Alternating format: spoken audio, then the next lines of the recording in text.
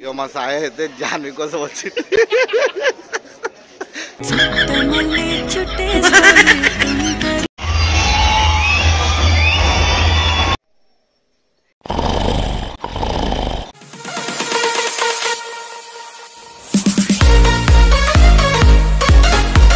Hello అందరికి welcome back to Vijayababu food and blogs. ఈరోజు video వచ్చేసి మన దేవర మూవీ చాలా ఒక 6 years తర్వాత సోలో మూవీ వచ్చేసి మన ఎన్టీఆర్ది వస్తుంది అనమాట. సో నా favourite hero in the sense acting కానీ అట్లా ఇష్టపడతాను అనమాట. యాక్టింగ్, డాన్స్, అసలు పర్ఫార్మెన్స్ వేరే లెవెల్ ఉంటుంది. సో దానివల్ల నేను ఇష్టపడతాను అనమాట. చూసి మీకు కంప్లీట్గా రివ్యూ ఇస్తాను, చూద్దాం. నాకు తెలిసి అయితే అంటే ఇప్పుడు డైరెక్టర్ కానీ కోటల్ శివ కానీ ఇట్లాంటి మంచి హైప్ ఇచ్చారు మూవీకి. సో అదే అంత ఎక్స్పెక్టేషన్ చేయకుండా నేను నార్మల్గా వెళ్తున్నా. చూద్దాం ఎట్లుంటుంది మూవీ, చూద్దాం. మీకు లాస్ట్ రివ్యూ కూడా ఇస్తాను మీకు.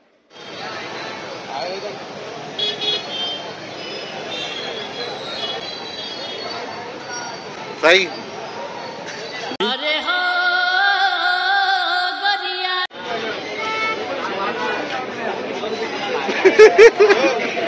ఆల్రెడీ మొత్తం పేపర్లు మొత్తం ప్రచారం ఆల్రెడీ 4 o'clock షో అయిపోయింది.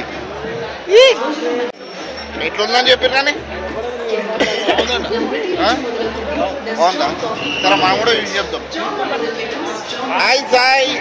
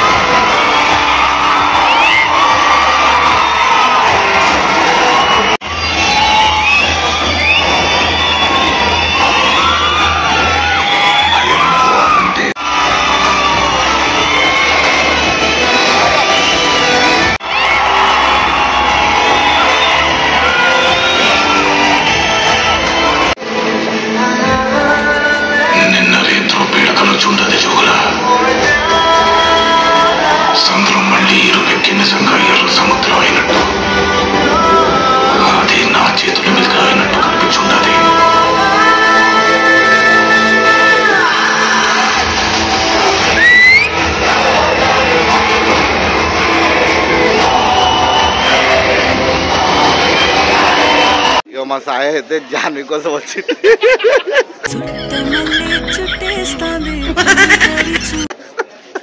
ఎన్టీఆర్ కోసం రాలే. ఎవరి కోసం వచ్చిన హీరోయిన్ పేరు కూడా తెలియదు, హీరోయిన్ గురించి వచ్చిండు.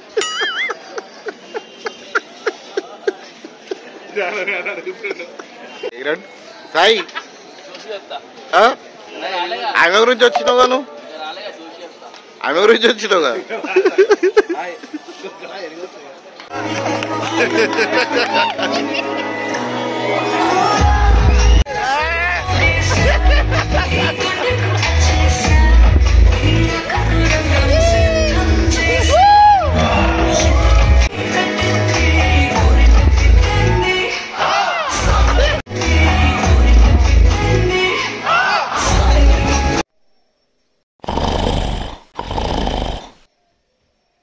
టెన్షన్ కాకూరి, వీడియో నేను వండుకోలేదు.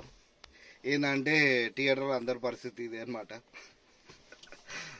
సీరియస్లీ చెప్తున్నా కదా, మూవీ మాత్రం నాకైతే అస్సలు ఎక్కలేదు.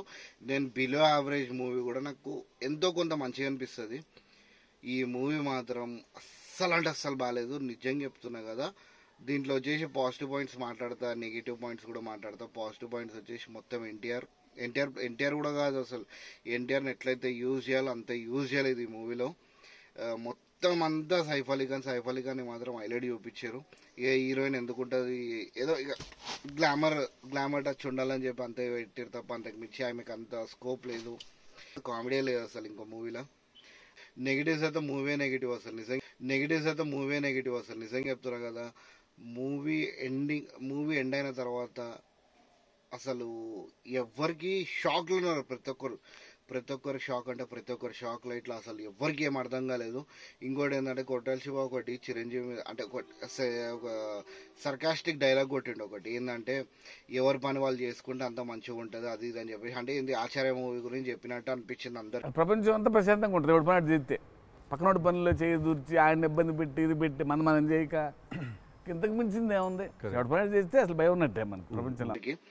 నిజంగా చెప్తున్నా, మీ కాన్ఫిడెన్స్కి నేను మూవీ ఒక లెవెల్ కన్నా ఉంటుంది అనుకున్నా. సీరియస్లీ చెప్తున్నా కదా.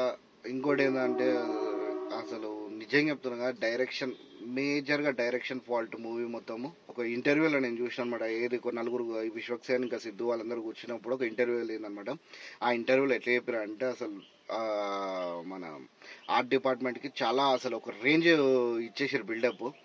సీరియస్లీ చెప్తున్నా కదా, అస్సలు బాగాలేదు. అసలు వాటర్ క్రిస్టల్ క్లియర్గా అనిపించేస్తుంది. ఇది సర్ఫ్ నీళ్ళు అన్నట్టే కనిపిస్తుంది దాంట్లో. ఇంకోటి ఫైట్ మాస్టర్ మాత్రం ఫస్ట్ హాఫ్ ఫైట్ మాస్టర్ ఎవరైతే ఉన్నారో అక్కడ మొత్తం కనిపించేస్తుంది మూవీ ఫైట్ సీన్స్. అట్లా ఇట్లా పెట్టి ఇట్లా కెమెరా పెట్టంగానే అక్కడి నుంచి కదలడము. అది అసలు నిజంగా అసలు ఫైట్స్ అసలు బాగాలేదు. ఇక ఒకటి ఇంటర్వెల్ ఫైట్ మాత్రం బెటర్ ఉంది ఈ మూవీలో మొత్తంలో. ఏదో ఎక్స్పెక్ట్ చేయకుండా జీరో ఎక్స్పెక్టేషన్స్తో మూవీ వెళ్తే ఓకే. కానీ ఇంకోటి ఏంటంటే ఎన్టీఆర్ ఫ్యాన్స్ కూడా వెళ్ళి కూర్చున్నారు అనుకోండి, వాళ్ళకు కూడా ఈ మూవీ కొద్దిగా డిసప్పాయింట్ చేస్తుంది. మొత్తానికి అసలు స్టోరీ అసలు మొత్తం ఆచార్యాల పాదగడం ఎట్లయితే ఉంటుందో దీంట్లో సముద్రం మీద వేసేసారు మొత్తము. కొద్దిగా డైరెక్షన్ చేంజ్ చేయాలి. పార్ట్ 2 అసలు నిజంగా చెప్తున్నారు కదా, పార్ట్ 1లో నేను కూడా ఒప్పుకుంటా. ఏంటంటే పార్ట్ 1లో వచ్చేసి స్టోరీ చెప్పాలి కాబట్టి చెప్తుండొచ్చు అని చెప్పేసి అనుకుంటారు. దీనికి అసలు పార్ట్ 2 అవసరమే లేదు. పార్ట్ 2 అవసరం లేదు మూవీని కూడా పార్ట్ 2 తీస్తున్నారంటే నాకు తెలిసి ఎక్స్పెక్టేషన్ ఇట్లా పార్ట్ 1లో స్టోరీ చెప్పిన తర్వాత పార్ట్ 2 గురించి వెయిట్ చేస్తుంటాం కదా. దీంట్లో చేసి పార్ట్ 1 చూసిన తర్వాత పార్ట్ 2 గురించి ఎవరికి అసలు ఐడియా కూడా ఉండదు. వద్దురానైనా పార్ట్ 2 వద్దు అనుకుంటారు. సీరియస్లీ చెప్తున్నా, మూవీ మాత్రం అస్సలు నాకైతే అస్సలు నచ్చలేదు. ఇప్పుడు నేను ఎంతమంది పోయినానో ఏ ఒక్కరికి నచ్చలేదు. మూవీ తర్వాత నిలబడతాం ఒక 10-15 minutes అని నిలబడి మాట్లాడతాం మూవీ గురించి.